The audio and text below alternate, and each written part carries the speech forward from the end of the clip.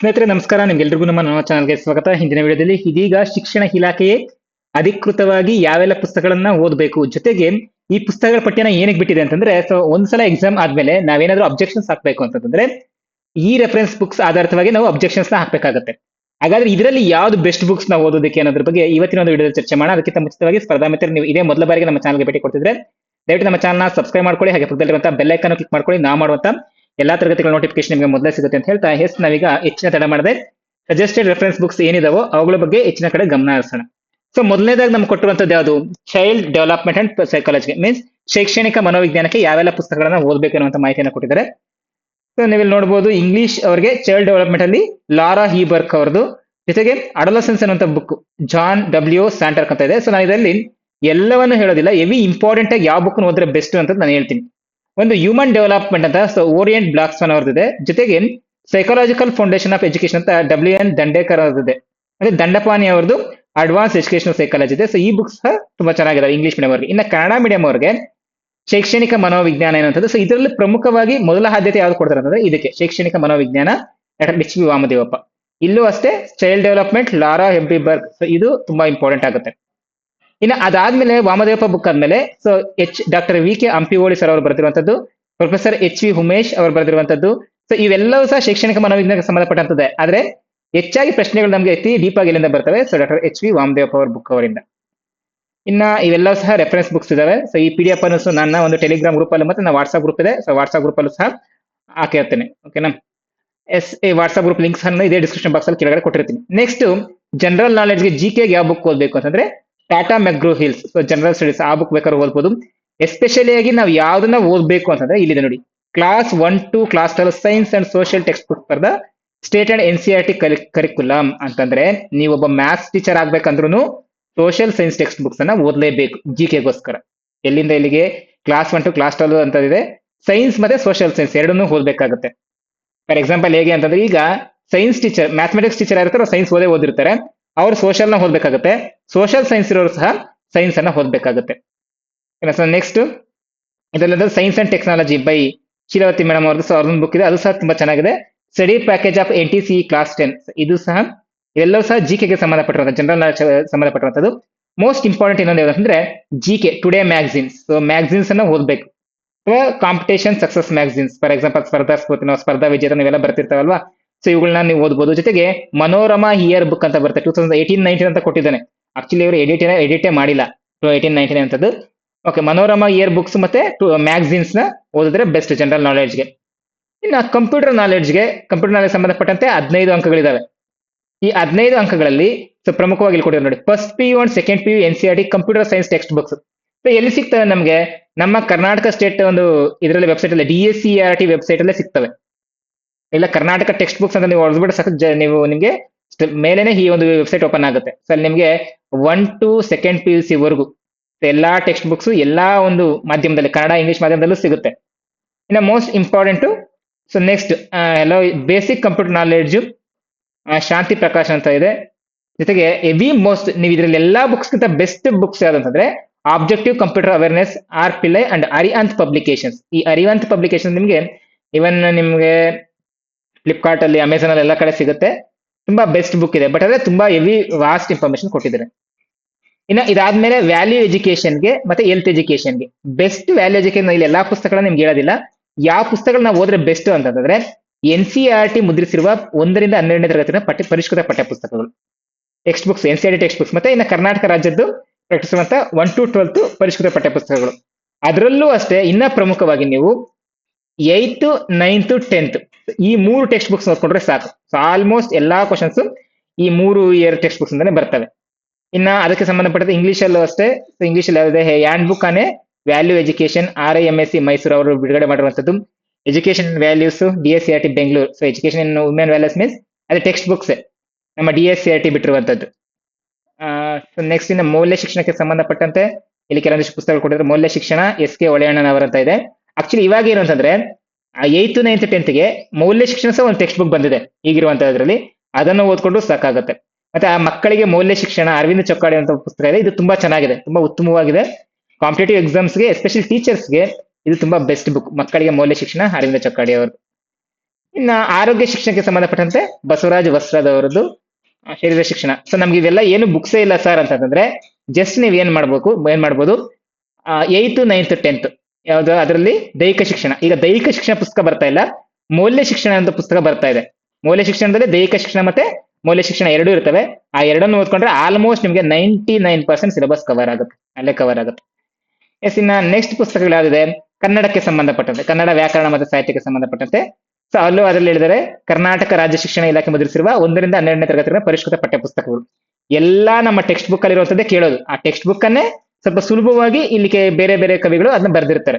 Means ಇಲ್ಲಿ ಭಾರತೀಯ ಕಾವ್ಯ ಮೀಮಾಂಸೆ. So ಇದು ಯಾವುದಕ್ಕೆ, ಸಾಹಿತ್ಯಕ್ಕೆ ಸಂಬಂಧಪಟ್ಟಂತೆ ಇದು.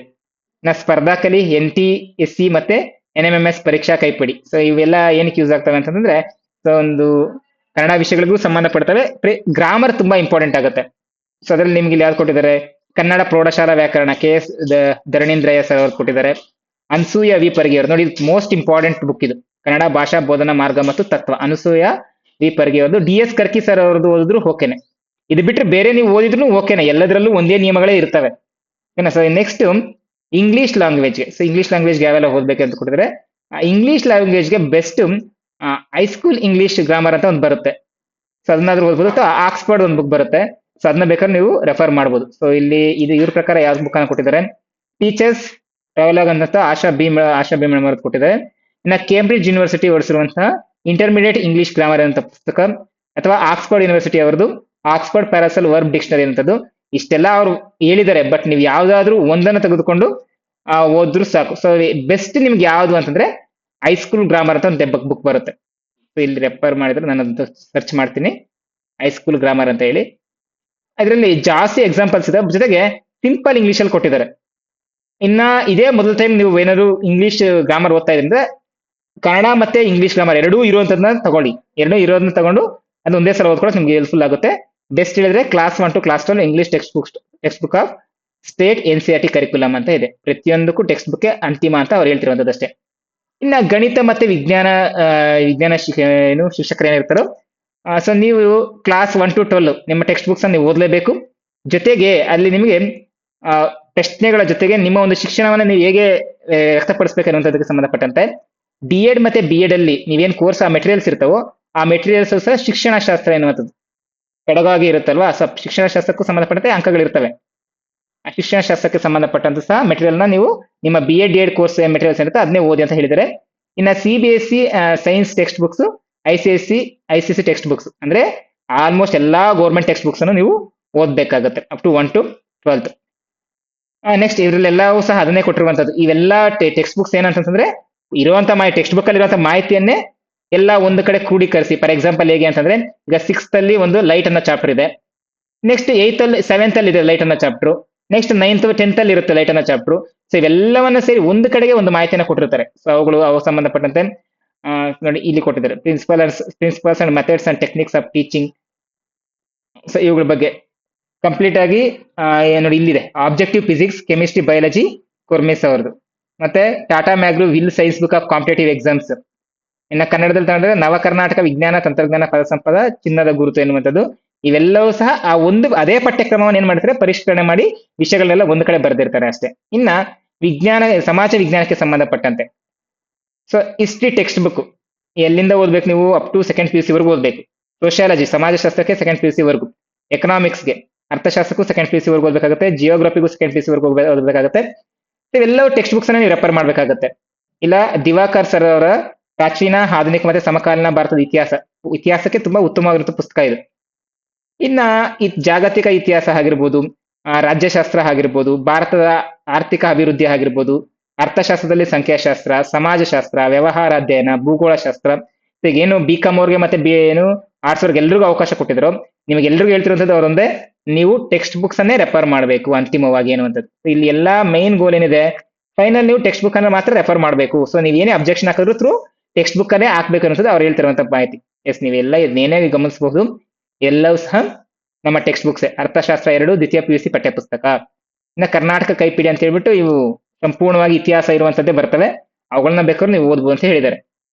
ನೆಕ್ಸ್ಟ್ ಇಲ್ಲೊಂದು ಕೆಳಗಡೆ ಸೂಚನೆ ಕೊಟ್ಟಿದ್ದಾರೆ, ಈ ಪುಸ್ತಕಗಳು ಸಲಹಾತ್ಮಕ ಪರಾಮರ್ಶನ ಪುಸ್ತಕಗಳು, ಇವುಗಳೇ ಅಂತಿಮವಲ್ಲ.